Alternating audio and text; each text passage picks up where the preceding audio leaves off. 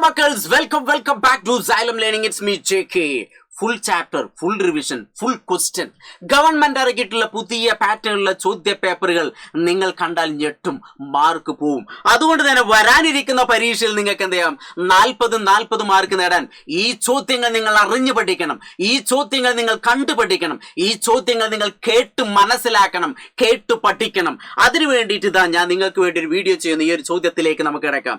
നമ്മൾ എപ്പോഴും പ്രതീക്ഷിക്കേണ്ട ഈ രൂപത്തിലുള്ള ചോദ്യങ്ങളാണ്. ഇത് തന്നെയാണ് നിങ്ങൾ കൂടുതൽ പേരും തെറ്റിക്കുക. അപ്പോൾ നമുക്ക് ഇവിടെ 4 സ്റ്റേറ്റ്മെന്റുകൾ തന്നിട്ടുണ്ട്. അതിൽ ഒന്നാമത്തെ സ്റ്റേറ്റ്മെന്റ് എന്താണ്?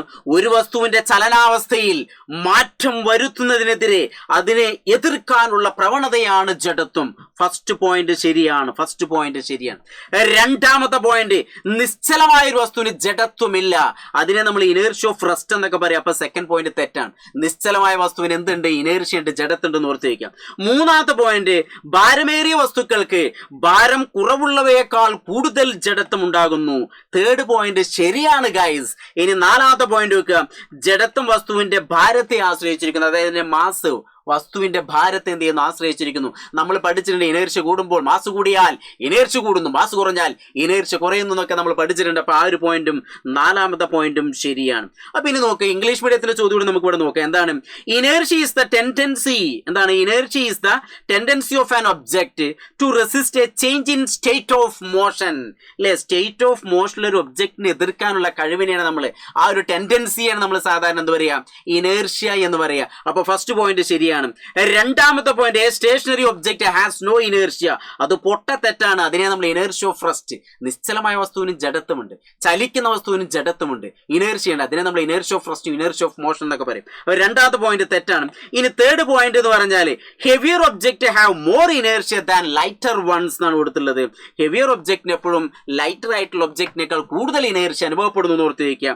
Last point, inertia depend on the mass of an object എന്നാണ്. ഒരു വസ്തുവിന്റെ, ഒരു ഒബ്ജക്റ്റിന്റെ മാസ് കൂടിക്കഴിഞ്ഞാൽ ഇനേർഷ്യ കൂടുന്നു ഓർത്ത് വയ്ക്കുക. അപ്പോൾ ഇവിടെ ശരിയായ പോയിന്റ് ഒന്നാമത്തെ പോയിന്റ്, ഫസ്റ്റ് പോയിന്റ് ശരിയാണ്, തേർഡ് പോയിന്റും ശരിയാണ്, ഫോർത്ത് പോയിന്റും ശരിയാണ്. ഇത് ശരിയാകുന്നത് ഏതാണ്? ആൻസർ നോക്കുക. only 1 and 4 ഇത് തെറ്റാണ്.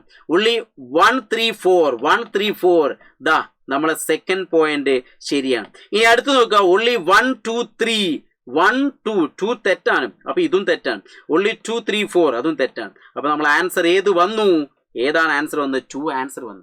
അപ്പൊ ഇതേപോലെ ചോദ്യം വന്നാൽ നിങ്ങൾക്ക് ആൻസർ ചെയ്യാൻ പറ്റും മക്കളെ. ഇതാ ഞാനൊരു ചോദ്യം തരുന്നുണ്ട്, ഈ ചോദ്യം വൃത്തിയായിട്ടൊന്ന് വായിക്കാം. ഇതാ ഇംഗ്ലീഷ് മീഡിയം ഇവിടെ ഉണ്ട്, മലയാളം മീഡിയം ഇവിടെ ഉണ്ട്.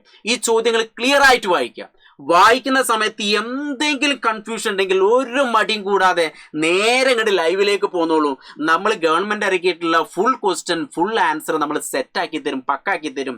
പരീക്ഷന്റെ മുന്നേ അതൊക്കെ സെറ്റായി നമുക്ക് വരാനിരിക്കുന്ന പരീക്ഷ അടിപൊളിയാക്കാം. അപ്പൊ ക്വസ്റ്റ്യൻ വായിച്ചിട്ട് പെട്ടെന്ന് എന്ത് ചെയ്യുക, പെട്ടെന്ന് നമ്മൾ എന്ത് ചെയ്യുക, എന്റെ മക്കള് താഴെ എന്ത് ചെയ്യുക, കമന്റ് ബോക്സിനകത്ത് ആൻസർ രേഖപ്പെടുത്തുക. ശരിയാണെങ്കിലും തെറ്റാണെങ്കിലും എന്ത് ചെയ്യുക, നേരെ ലൈവിലേക്ക് പോകുന്നോളൂ. നമ്മളെല്ലാം സെറ്റാക്കും. ഓക്കെ, അപ്പൊ ലൈവിൽ വെച്ച് കാണാം.